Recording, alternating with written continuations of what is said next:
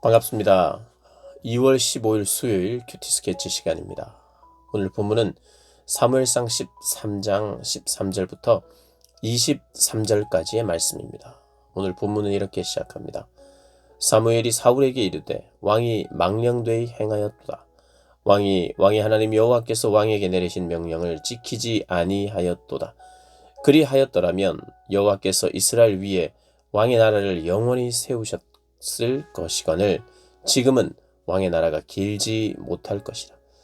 여호와께서 왕에게 명령하신 바를 왕이 지키지 아니하였으므로 여호와께서 그의 마음에 맞는 사람을 구하여 여호와께서 그를 그의 백성의 지도자로 삼으셨느니라 하고. 오늘 본문은 사울의 불순종, 사울의 그 치명적인 실수로 말미암아 오늘 금방 읽었던 것처럼 왕의 나라가 사울이 왕으로 있는 그 나라가 길지 않을 것이다. 왕의 시대가 길지 않을 것이다. 이렇게 이야기합니다. 그리고 하나님의 마음에 합한 자를 세울 것이다. 이런 참 어떻게 보면 청천벽력과 같은 그런 이야기를 듣는 거죠. 이제 왕이 된 지 얼마 되지도 않았는데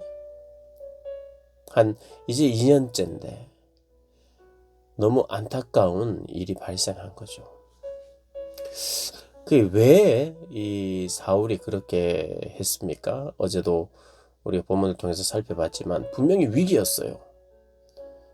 참 감당하기 힘든 일이 생겨버린 거죠.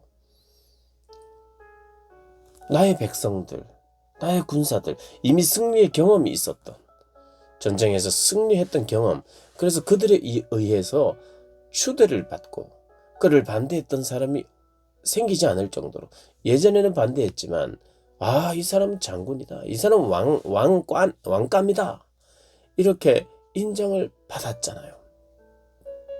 근데 그 인정을 계속 유지해야 되는데 사람들이 다 떠나갑니다. 떨고 있어요. 그리고 블레셋은 엄청난 숫자와 군사력, 무기를 가지고 딱 대치를 하고 있습니다. 근데 사무엘은 오지 않아요. 빨리 전쟁을 하고 싶은데, 우리가 참 이길 것 같은데 빨리 제사만 드리면 빨리 나가서 싸울 자신이 있는데 이것 때문에 제사를 드렸을까요? 그렇지 않아요. 제사를 선택한 것은 하나님을 의지한 것이 아니에요.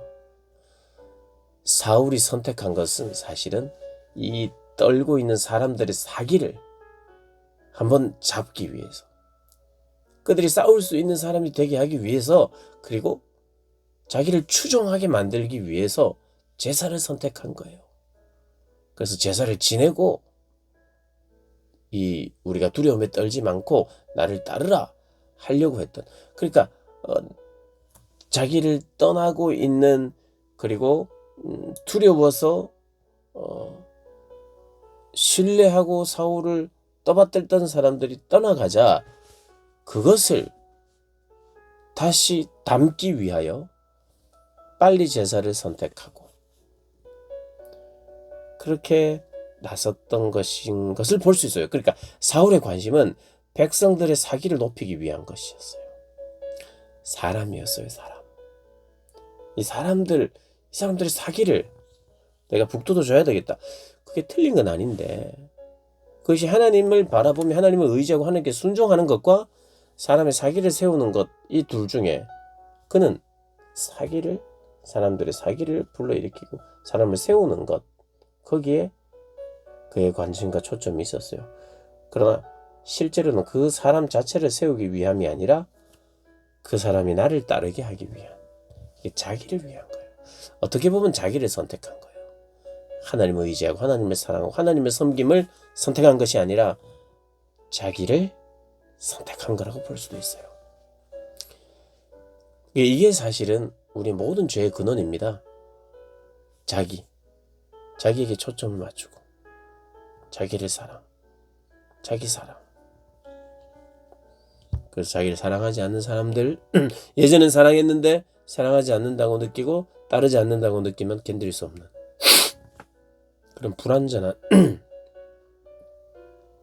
상태들이 있는 거죠. 근데 제가 이런 말씀을 드릴 수 있는 이유는 이후에 사울의 행동들이 그렇습니다. 그의 의식이 거의 사람에게 집중되어 있어요. 백성들의 지지와 인기에 고정되어 있습니다. 그래서 그것 때문에 나중에 다윗을 질투하는 거죠. 사울은 천천히요, 다윗은 만만이라. 견딜 수 없는 거예요. 오늘 하나님께서는 사무엘을 통해서 그 이야기를 합니다. 최후의 통첩과도 같은 거예요. 당신이 명령을 행하지 않았기 때문에, 명령에 순종하지 않았기 때문에 그것은 망령되이 하나님을 망령되게 한 것이다. 이렇게 이야기합니다. 이스라엘 위에 왕의 나라를 영원히 세우셨거늘 지금은 왕의 나라가 길지 못할 것입니다. 여호와께서 왕에게 명령하신 바를 지키지 않았기 때문입니다. 사람을 바꿀 것입니다. 라고 최후의 통첩을 합니다. 그러나 왜 이런 통첩을 할까요? 이것도 기회 아닐까요? 기회. 이제 1년이 됐습니다. 1년이 지났어요. 어떻게 보면 자기가 교만해진 것도 있고 하나님을 의지하지 않음도 있고 사람을 의식하고 사람의 인기에 관심이 있고 왕이기에 바라보는 사람들이 다 왕을 바라보니까 겸손하게 그들이 나를 바라보는 것, 이 모든 것을 하나님을 바라보도록 해야 하고 나를 좀 바라보세요 하고 싶은 마음이 생겨도 그런 것들과 싸워야 되는데 그러지 못하는 거예요.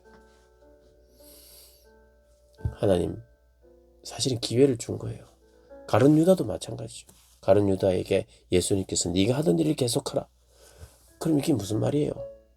내가 이 일 해도 되구나. 예수님 팔아도 되겠구나 하고 용기 내서 가라고 한 거 아니죠. 내가 안다. 너 어떡할 거니? 내가 안다. 네가 하던 일을 계속 해라 라고 말할 때 이건 어떻게 보면 기회지. 기회. 내가 해서는 안 되겠구나. 사울도 마찬가지입니다. 하나님께서 너는 심판받을 저주받을 운명이야 이게 아니에요.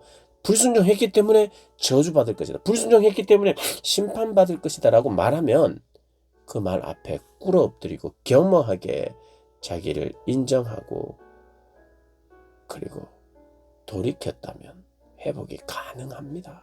회복이 가능해요. 근데 사울이 그걸 하지 않죠.